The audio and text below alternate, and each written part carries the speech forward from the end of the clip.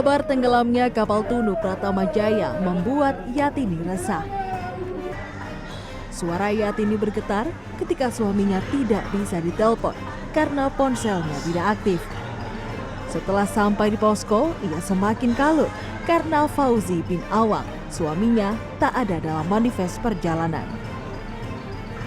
Yatini yang saat ini berusia 60 tahun dan Fauzi yang berusia 55 tahun menikah 3 tahun lalu. Suaminya adalah warga negara Malaysia yang bekerja di bidang pengamanan. Setiap 3 bulan sekali, Fauzi mengunjungi Yatini di Banyuwangi. Pertemuan suami istri ini hanya beberapa hari saja, karena Fauzi tidak bisa meninggalkan pekerjaannya dalam waktu yang lama. Fauzi kala itu naik travel untuk menyeberang ke Bali. Ia akan terbang ke Malaysia dari Bandara Udara Ngurah Rai dan Pasar. Yatini berharap tim rescue dapat menemukan suaminya dalam kondisi apapun. Nggak ada, di face-nya nggak ada, memang tidak tercantum. Sebetulnya travel itu harus satu persatu ada data nama, harus ditulis. Ya kan, ini nyawa.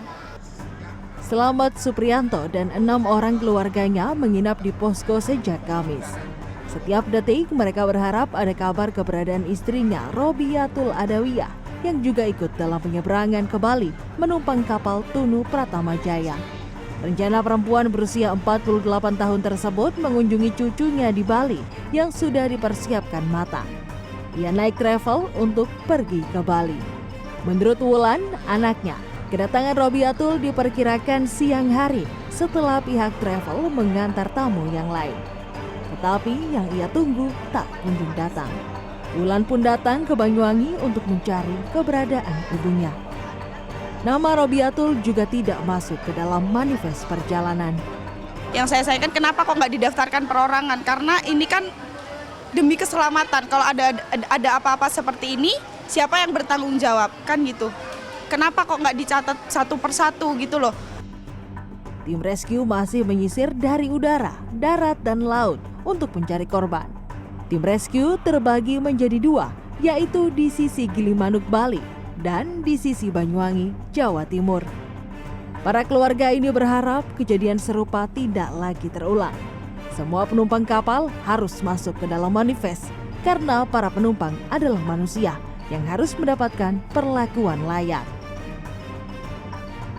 Ya harapan saya menunggu sampai suami saya kembali, walaupun bagaimanapun keadaannya. Adalah KNKT yang menyinggung terkait pentingnya data jumlah manifest kapal untuk kepentingan penyelidikan. KNKT sudah mulai bekerja melakukan upaya penyelidikan awal. Karena masih dini, KNKT belum bisa menyimpulkan terkait dugaan penyebab tenggelamnya kapal. Untuk saat ini, KNKT menyebut operasi kemanusiaan pencarian korban hilang atas tenggelamnya kapal menjadi fokus utama yang harus dilakukan. Kesalahan manifest itu harus juga jadi bahan penyelidikan KNKT. Oh iya, jumlah penumpangnya, nanti jumlah pelampungnya apa cukup apa tidak, itu tentu Pak, pasti ya. Kan aturannya itu jumlah pelampung itu 120% dari jumlah maksimum penumpang.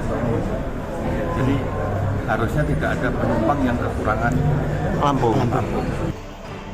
Pencarian korban dan bangkai kapal tidak semudah membalikan telapak tangan. Melalui dialog dalam program Newsroom CNN Indonesia pada Sabtu malam 5 Juli 2025, pengamat maritim Kapten Marcelus Hakeng Jayawijaya menyebut Selat Bali memiliki banyak keunikan dibandingkan lokasi lainnya.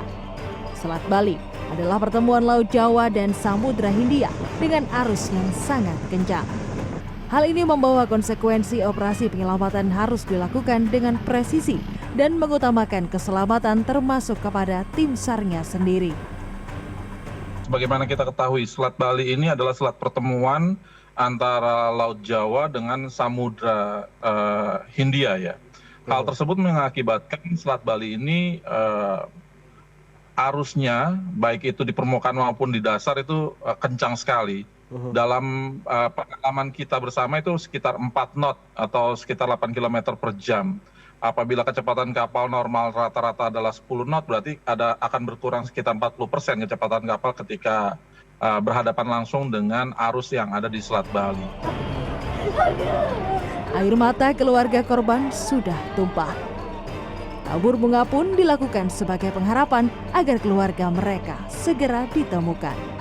Di atas semuanya, musibah ini hendaknya menjadi yang terakhir. Kecelakaan ini bukan hanya tragedi bagi korban dan keluarga, tetapi juga menjadi pengingat akan potensi bahaya yang terkait dengan pelayaran feri, termasuk faktor manusia, teknis, dan lingkungan. Tim Liputan CNN Indonesia.